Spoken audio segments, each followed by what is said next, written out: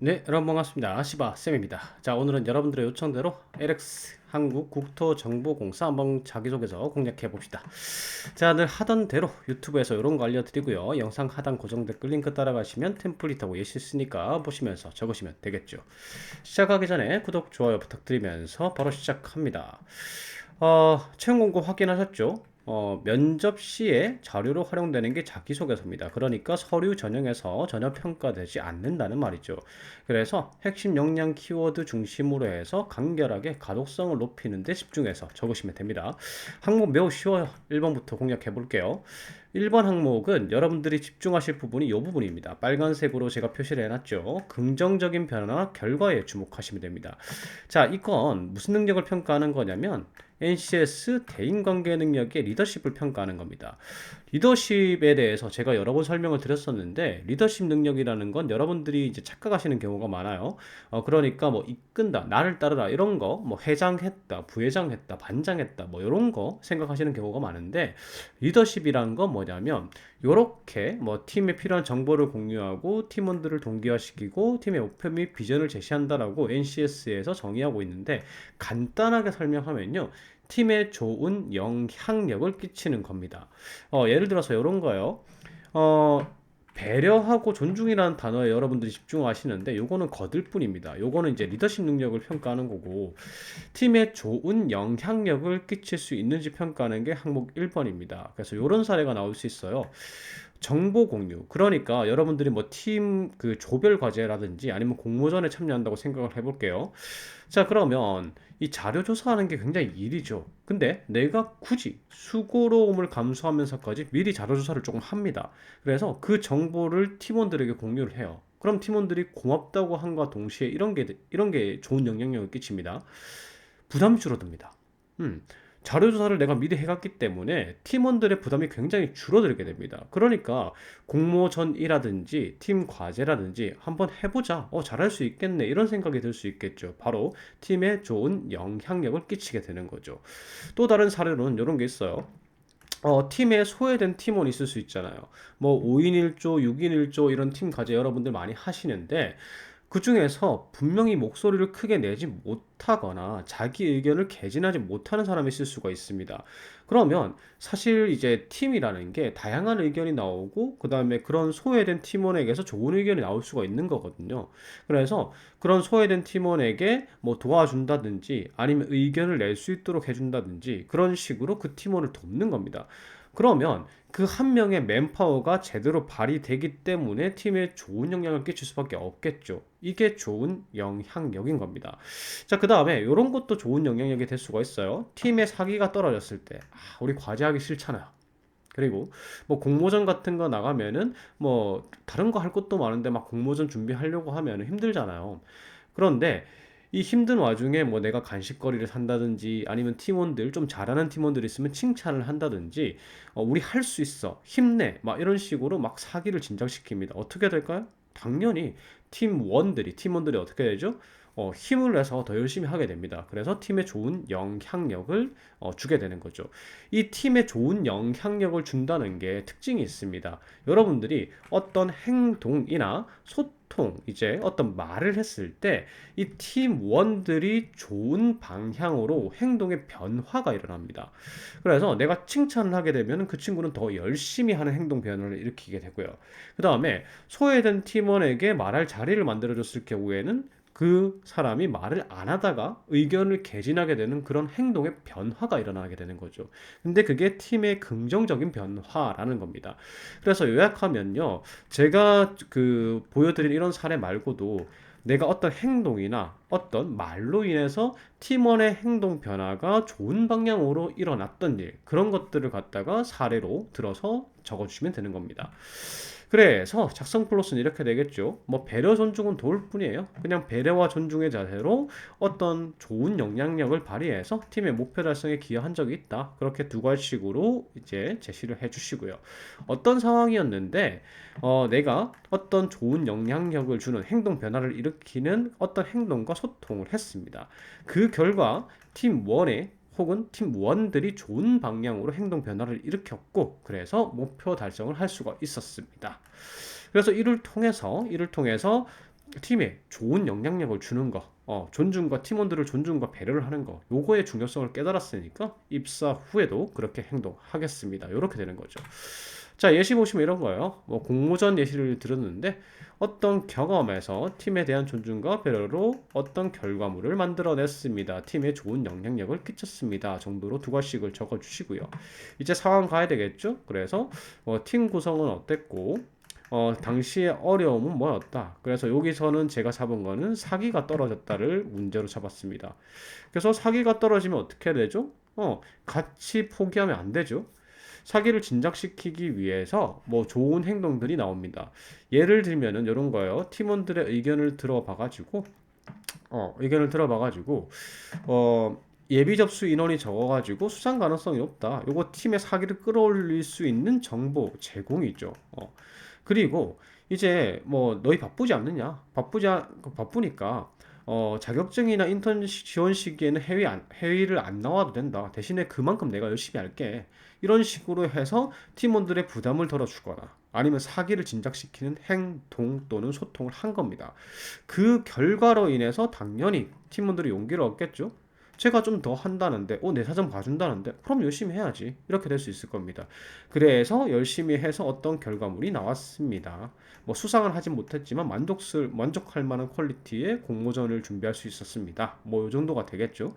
그래서 이 경험을 바탕으로 해서 리더십의 중요성, 그러니까 팀에 용기를 주거나 목표에 대한 동기부여를 하거나 뭐 팀에 필요한 정보를 제공하거나 이렇게 팀에 좋은 영향력을 끼치는 행동하는 게 얼마나 중요한지 깨달았습니다. 입사 후에도 그렇게 하겠습니다. 이런 식으로 마무리하시면 되는 거죠.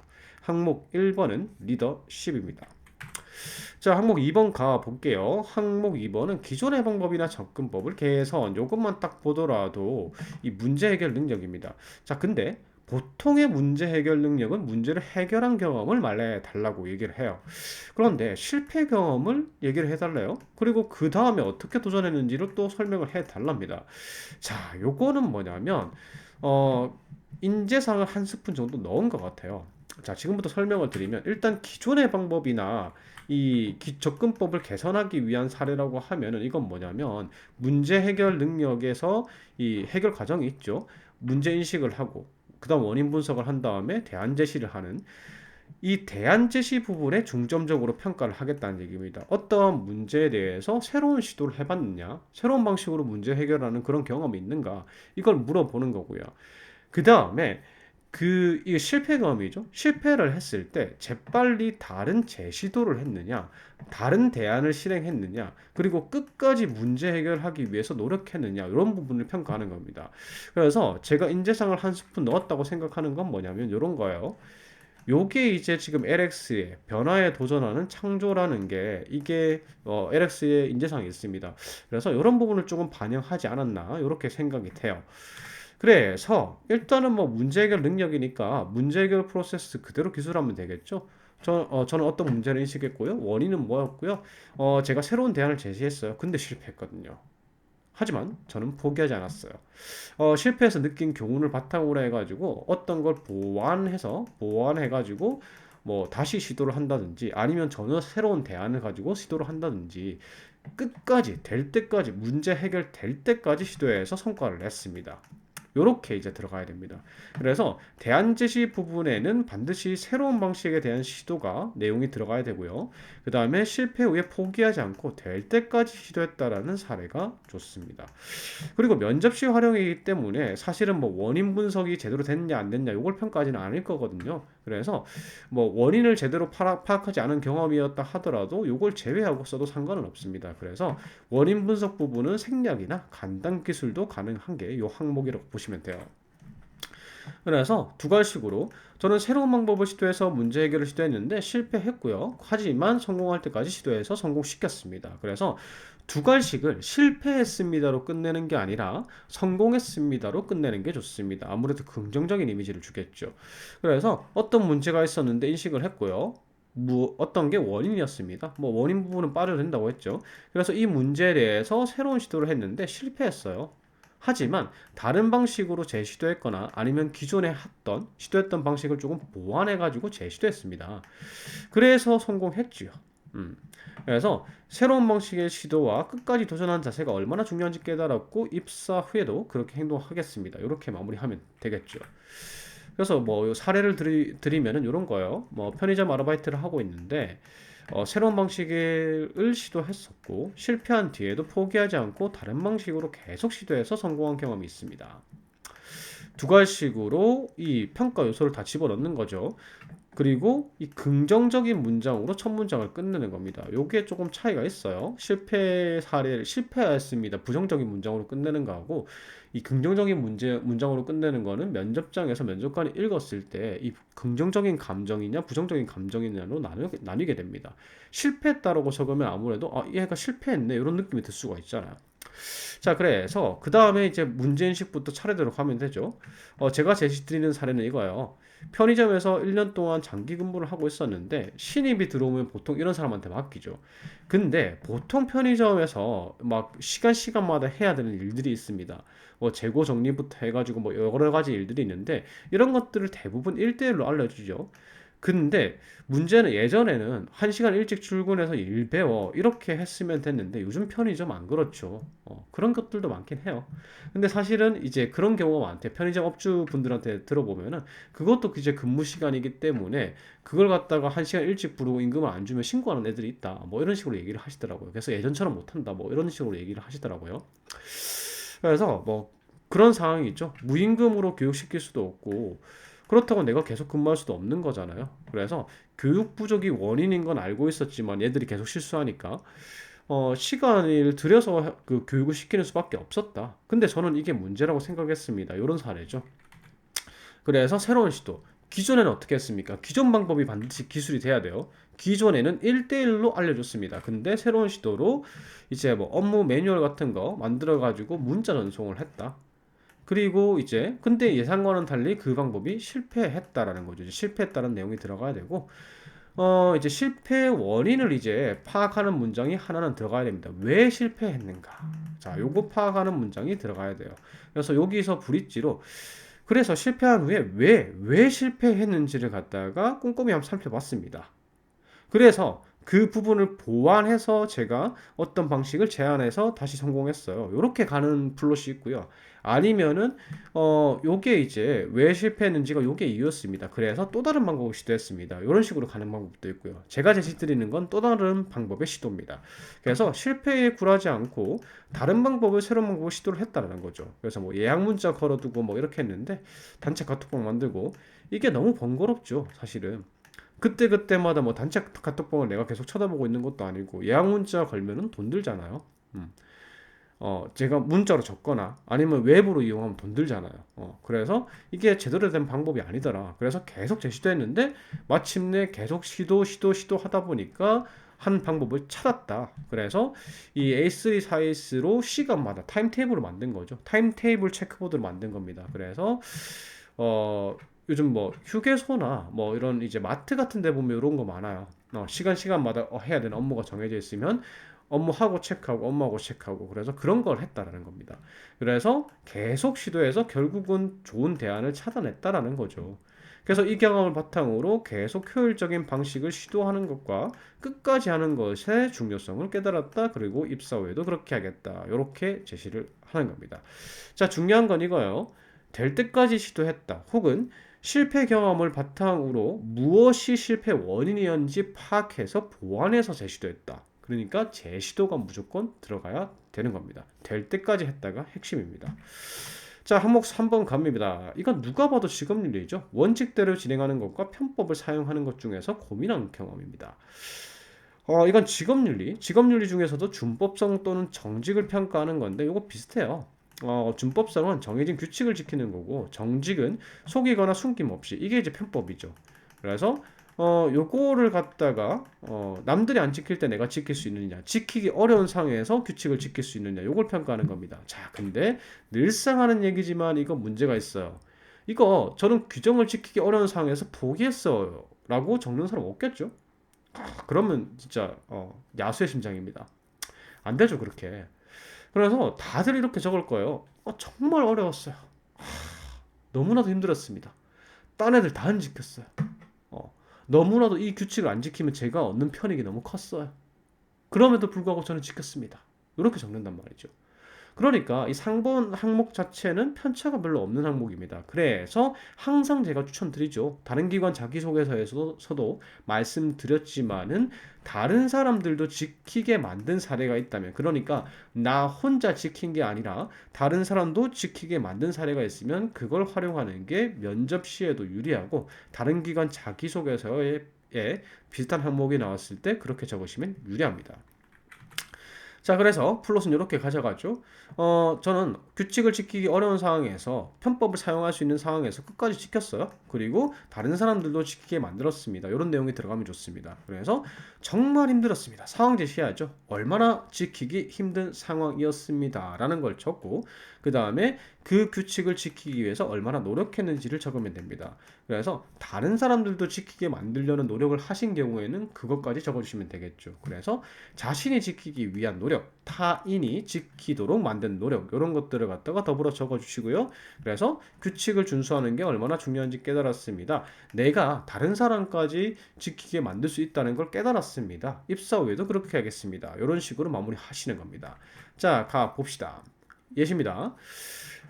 이런 거죠. 편법을 사용하자는 팀원의 제안에 흔들리지 않고 원칙대로 과제 수행을 하고, 자, 덤으로 해당 팀원도 갱생을 시켰습니다. 자, 상황 제시하죠. 얼마나 지키기 힘들었어요?를 적는 겁니다. 그래서 뭐 산업안전보건법에 대해서 어떻게 개선할 것인가? 요거 과제였는데 너무 잘해왔고, 그 다음에 너무 생소한 부분이고 시간도 많이 걸리고, 요게 다 그거죠. 왜 지키기 힘들었는지 그런 걸 적어 놓은 거고, 그런데 유혹이 들어옵니다. 자, 같은 팀원이 비슷한 과제를 갖다가 이 친구가 했던 겁니다. 다른 학교에. 그래서 그대로 내자, 그냥. 이거 그대로 내도 크게 문제 없을 것 같아. 이렇게 해버린 거죠. 자, 대부분의 상황에서 받을 겁니다. 그러나 여러분들은 받으면 안 되죠. 요 딜을. 명백히 표절이었다. 그래서 받아들일 수 없었다. 단호함을 보여주십시오, 여러분들의.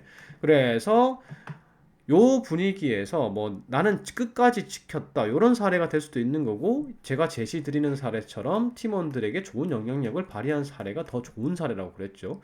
그래서 어차피 이 내용 가지고 시험 볼 거 아니냐, 시험 공부하는 셈 치자, 그리고 내가 발표할게, 그러니까 우리 힘으로 해보자, 이렇게 설득을 한 겁니다.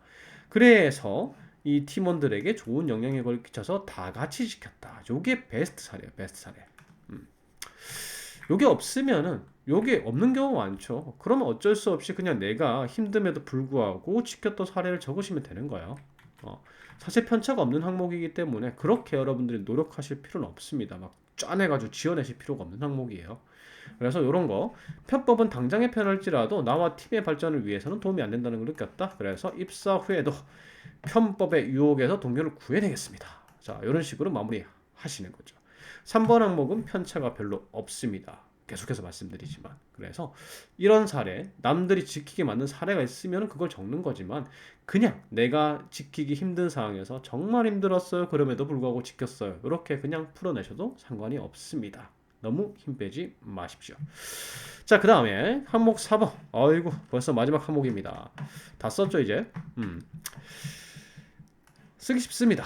주요 업무를 수행하기 위해서 필요한 핵심 역량이 뭐냐? 해당 역량이 중요한 이유. 자, 요게 들어갔기 때문에 이 직무 핵심 역량, 직무 수행 능력이죠. 능력과 함께 조직 이해 능력도 어느 정도 평가를 하는 항목이라고 보시면 돼요. 이게 무슨 말이냐면, NCS 조직 이해 능력 중에서 업무 이해 능력이라는 게 있습니다. 이게 뭐냐면, 조직의 목표 달성에 있어서 자신의 역할을 인식할 수 있는가, 내가 어떤 역할이 중요한 역할인가, 내가 어떤 일을 해야 되는가, 이런 것들을 인식하는 능력이 있습니다. 이 능력을 평가를 하는 거죠. 그러니까 우리 LX의 목표 달성에 있어서 지원한 직무의 역할이 뭔지, 그리고 핵심 역량이 뭔지 명확하게 인식하고 있습니까? 그리고 그 능력을 가지고 있습니까? 그 능력이라는 건 그 직무 기술서의 지식 기술 태도를 말합니다. 요런 이제 항목인 거예요. 자, 그래서 우선 쓰실 때 항상 이런 거 쓸 때 제가 요 별 5개를 보여드리죠. 핵심 역량부터 파악합니다. 경력 있으시고 자격이나 교육 같은 정량 지표 있으시면, 증명할 수 있는 자료가 있으면 별 5개짜리 핵심 역량. 예를 들어서 어떤 뭐 회계 역량이다 이렇게 하면은 회계 사무소에서 일한 경력이 있고 회계 관련 자격증과 교육이 있으면 이건 별 5개짜리 경험인 거예요. 그 별 5가지짜리 핵심 역량인 겁니다. 그 다음에 직무 간접 경험이죠. 인턴이나 실습했던 거, 그 다음에 자격증 교육이 있으면 별 4개짜리 핵심 역량. 그 다음에 별 3개짜리 핵심 역량은 자격이나 교육만 있는 경우. 근데 요거는 여기에 쓰실 수가 없어요. 안 쓰는 걸 추천드립니다. 왜냐하면 요 항목에다가 여러분들이 자격이나 교육사항을 기재하시게 되면 물론 조금 내용을 넣긴 해야 돼요. 근데 요 내용을 쓰시면은 이력서하고 똑같거든요, 내용이. 그래서 여기서는 이력서를 못 보여주는 부분을 조금 더 보여주는 게 맞습니다. 지금 항목 4번 같은 경우에는. 그 다음에 이제 별 2개짜리가 직무 간접 경험, 뭐 인턴, 실습, 파트타임만 있는 경우. 그 다음에 별 1개짜리 직무 관련 태도 습득 경험. 자, 요렇게 이제 별 티어가 나뉘어집니다. 그래서 여러분들의 핵심 역량이 뭔지를 파악해 보십시오. 직무 기술서 딱 펼쳐놓고요. 어떤 지식, 어떤 기술 이런 게 있죠. 요거 선택하셔가지고 요거 경력이 있나? 경험 있나? 혹은 자격증이 있나? 외부 교육 받은 게 있나? 아니면 내가 성적 잘 받은 과목이 있나? 이런 거 체크하시는 겁니다. 그래서 증빙 자료가 많거나 경험이 많은 걸 갖다가 핵심 역량으로 파악하시면 됩니다. 어떤 분야의 지식, 어떤 분야의 전문성, 어떤 분야의 기술 이런 걸 의미하는 거죠. 그래서 핵심 역량 파악한 후에 그게 어떤 업무를 잘 할 수 있는 역량인지 파악해서 그 다음에 이 업무를 잘하는 게 LX의 기관의 목표 달성과 어떤 목표 달성과 연관이 있는지를 갖다가 파악까지 하시면은 그 다음은 쓰기가 좀 쉬우십니다. 어차피 면접 가면 이것도 준비를 해야 돼요. 그래서 여러분들이 LX에서 인정받을 수 있는 핵심 역량이 무엇인지는 미리 좀 파악을 해 두십시오. 자, 그래서 작성 플러스는 이렇게 돼요. 제가 가지고 있는 제가 제일 중요하다고 생각하는 핵심 역량 키워드는 뭐예요? 그리고 그 이유가 뭐냐면 조직의 목표와 상관이 있기 때문입니다. 조직의 목표 달성에 있어서 제 역할에 필요한 역량이기 때문입니다. 중요한 역할이기 때문입니다. 중요한 역량이기 때문입니다. 이렇게 적고 그 다음에 제가 이 핵심 역량을 가지고 있다는 근거는 이렇게 있습니다. 이런 식으로 노력을 해왔어요. 뭐 이걸 개조식으로 쓰든 서술식으로 쓰든 상관은 없습니다. 만약에 여러분들이 경험이 조금 풍부하시잖아요. 경험이 조금 풍부하시면은 이제 서술식으로 쓰시면은 한 가지 또는 2가지 경험입니다. 이게 800자기 때문에. 그래서 막 경험이 좀 많아요, 내가. 뭐 어떤 능력이 있는데 그거와 관련돼서 대외 활동도 많이 했고요. 그다음에 뭐 외부 교육 들은 것도 많고요. 공모전도 많이 나갔고요. 실습한 것도 있고요. 인턴한 것도 있고요. 이렇게 많으면은 서술식보다는 개조식이 유리하겠죠. 왜냐하면 개조식은 보고서 형식으로 쓰는 거기 때문에 아무래도 글자 수가 유리합니다. 근데 내가 만약에 그런 경험들이 많이 없습니다. 근데 개조식으로 쓴다면 적을 건 자격증과 교육사항 이런 거밖에 없거든요. 그냥 딴 자격증과 교육받은 것 중에서 교육 상세 내용 적는 정도밖에 없어요. 그러면 이건 이력서하고 다름이 없어지니까 그때는 서술식을 선택하는 게 옳은 거죠. 그래서 이렇게 적고 그 다음에 핵심 역량을 바탕으로 조직 목표에 기여하겠습니다. 이런 식으로 마무리를 하시면 되는 겁니다. 예시 봅시다. 자, 이런 겁니다. 제가 지원한 직무에서 핵심 역량은 뭐와 뭐입니다. 이렇게 그냥 적는 거예요. 그래서 소프트죠, 소프트. 그래서 이제 그 직무 기술서 확인하셔가지고 지식 부분이나 기술 부분 보셔도 괜찮고요. 아니면은 이제 직무 기술서에 나와 있는 뭐 그 용어들 있죠. 어떤 뭐 전문성 뭐 이런 용어들.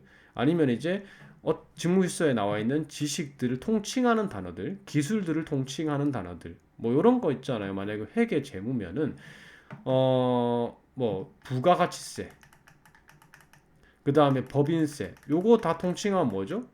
세무 능력이에요. 세무 전문성. 요런 식으로 그냥 표기를 해주시면 됩니다. 어떤 분야 전문성과 어떤 분야 전문성이 중요하다고 생각을 합니다. 자, 그 이유는 뭐랑 연결시키죠? 국토정보공사의 비전이라든지 핵심 과제라든지 전략 과제라든지 홈페이지가 나와 있죠.